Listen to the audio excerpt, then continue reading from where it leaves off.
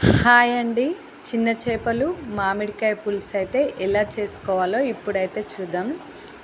ఈ చిన్న చేపలు మామిడికాయ పులుసు చేయడానికి కావలసినవి 1/2 కప్పు మామిడికాయ ముక్కలు, ఒక పెద్ద సైజు ఉల్లిపాయ ముక్కలు, ఇంకా ఒక నిమ్మకాయ సైజ్ అంతా చింతపండు నానబెట్టుకోవాలి. ఈ చిన్న చేపల మామిడికాయ పులుసు ప్రాసెస్లో చేపలను ఎలా క్లీన్ చేయాలో కూడా చూద్దాం. ఏ కాంబినేషన్తో తింటే బాగుంటుందో కూడా నేనైతే ఈ వీడియోలో చూపిస్తున్నాను.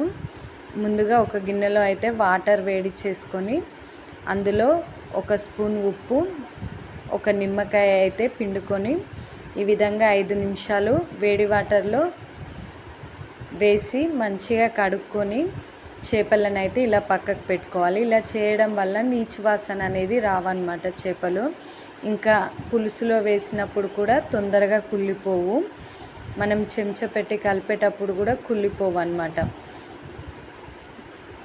అలాగే ఇప్పుడైతే పొయ్యి పైన కడాయి పెట్టుకొని అందులో కావలసినంత ఆయిల్ వేసుకొని, ఆయిల్ వేడయ్యాక జీలకర్ర ఆవాలు వేసుకొని పచ్చిమిరపకాయలు మధ్యలోకి ఘాట్లు పెట్టి పచ్చిమిరపకాయలు కరివేపాకు వేసుకొని వేగిన తర్వాత ముందుగా కట్ చేసి పెట్టుకున్న ఉల్లిపాయ ముక్కలను అయితే వేసుకోవాలి. ఉల్లిపాయ ముక్కలు వేగిన తర్వాత అల్లం వెల్లుల్లి పేస్ట్ వేసుకోవాలి. అల్లం వెల్లుల్లి పేస్ట్ పచ్చివాసన పోయేంత వరకు వేగిన తర్వాత 1 స్పూన్ పసుపు అయితే వేసుకోవాలి.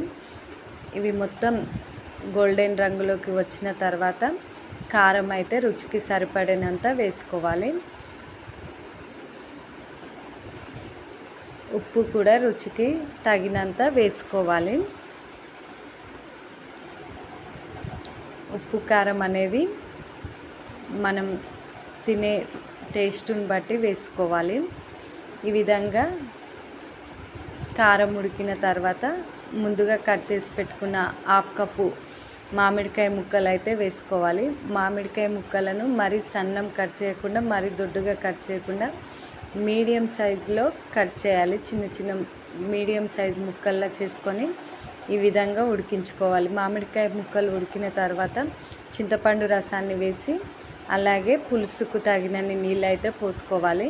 పులుసు మరిగేలోపు ముందుగా వేయించుకున్న మెంతులు, జీలకర్రను అయితే ఈ విధంగా రోట్లో వేసి పౌడర్ చేసుకోవాలి. ఈ విధంగా రోట్లో వేసి పౌడర్ చేసుకోవడం వల్ల చాలా అంటే చాలా రుచిగా ఉంటుంది. ఈ మెంతులు, జీలకర్ర పౌడర్ వేయడం వల్ల కూర అనేది నీచు వాసన ఏమాత్రం రాదు, మరింత రుచి అనేది ఉంటుంది.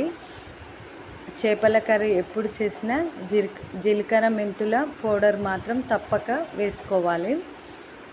చేపల పులుసు మరిగిన తర్వాత ఈ జీలకర్ర మెంతుల పౌడర్ని అయితే వేసుకొని అలాగే కొంచెం గరం మసాలా కూడా వేసుకొని ఈ విధంగా అయితే ముందుగా కడిగి పక్కకు పెట్టుకున్న చేపలను అయితే ఈ విధంగా వేసుకోవాలి.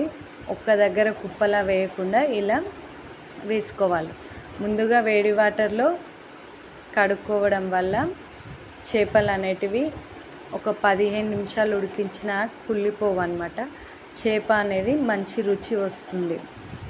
ఆలోపు నేను ఈ చిన్న చేపల పులుసును ఎందులో తింటే బాగుంటుందని చెప్పినంటే జొన్న రొట్టెల్లో అయితే చాలా అంటే చాలా రుచిగా ఉంటుంది. వేడి వేడి అన్నంలో కన్నా జొన్న రొట్టెలో అయితే చాలా రుచిగా ఉంటుంది. చిన్న చేపలు అయితే నేనైతే రొట్టెలను అయితే చేపలు పులుసు రెడీ అయ్యేలోపు రొట్టెలను అయితే తయారు చేసుకుంటున్నాను.